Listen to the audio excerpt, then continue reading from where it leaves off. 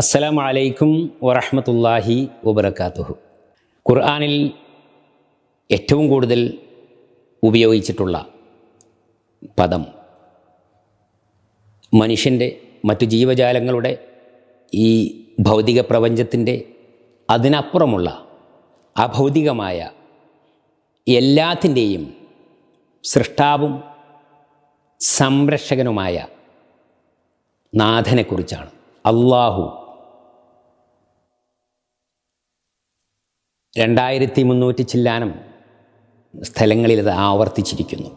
വിശുദ്ധ ഖുർആനിൽ ഏറ്റവും വലിയ അധ്യായം സൂറത്തുൽ ബഖറ 2-ാമത്തെ അധ്യായം. അതിലെ 21-ാമത്തെ വചനത്തിൽ സൃഷ്ടാവിനെ പരിചയപ്പെടുത്തുന്നുണ്ട്.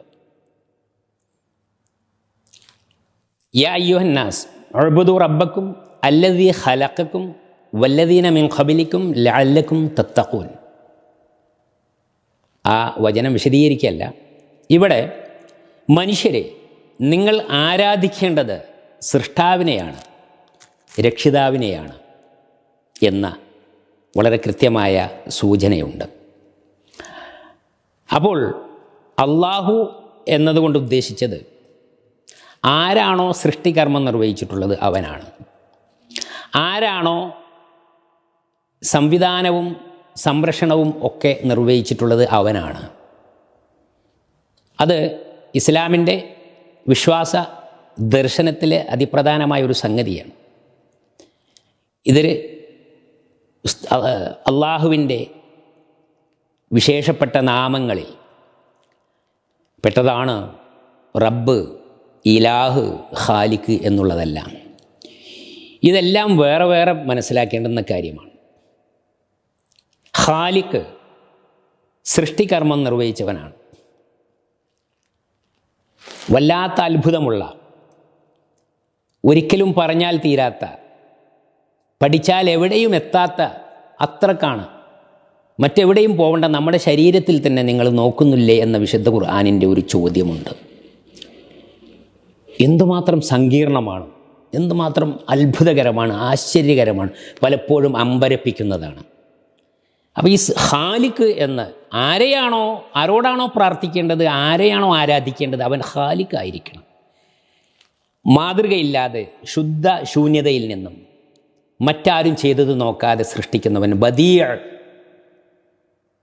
അല്ലദീ യുബ്ദിഉ, പുതുമയോടെ മറ്റൊരു മാതൃകയും സ്വീകരിക്കാതെ സൃഷ്ടിക്കുന്നവൻ ഖാലിഖ്.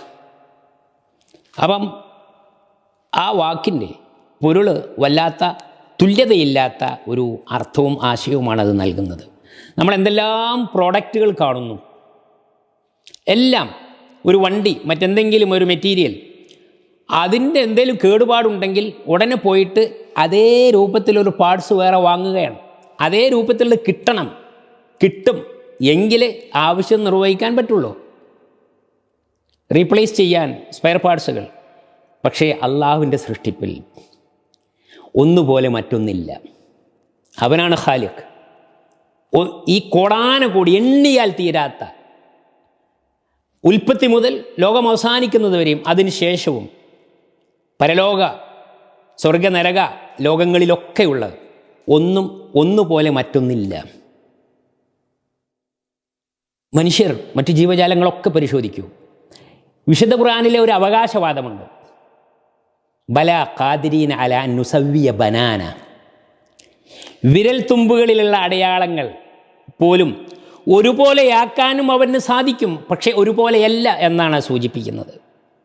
നമ്മുടെ സ്വന്തം കൈവിരലുകൾ ഒരുപോലെയല്ല. അതിലെ ചിഹ്നങ്ങൾ, വിരൽ അടയാളങ്ങൾ ഇന്ന് തെളിവെടുപ്പിന് വേണ്ടി ഉപയോഗിക്കുന്ന ഏറ്റവും വലിയ ശാസ്ത്രീയമായ ഒരു ചിഹ്നമാണ്, ഒരു രേഖയാണ് വിരലടയാളം. എന്തുകൊണ്ട്? ഒന്നുപോലെ മറ്റൊന്നില്ല. ഒരാളുടേതുപോലെ മറ്റൊരാൾക്കില്ല. ഒരാളുടെ തന്നെ എല്ലാ വിരലും ഒരുപോലെയല്ല.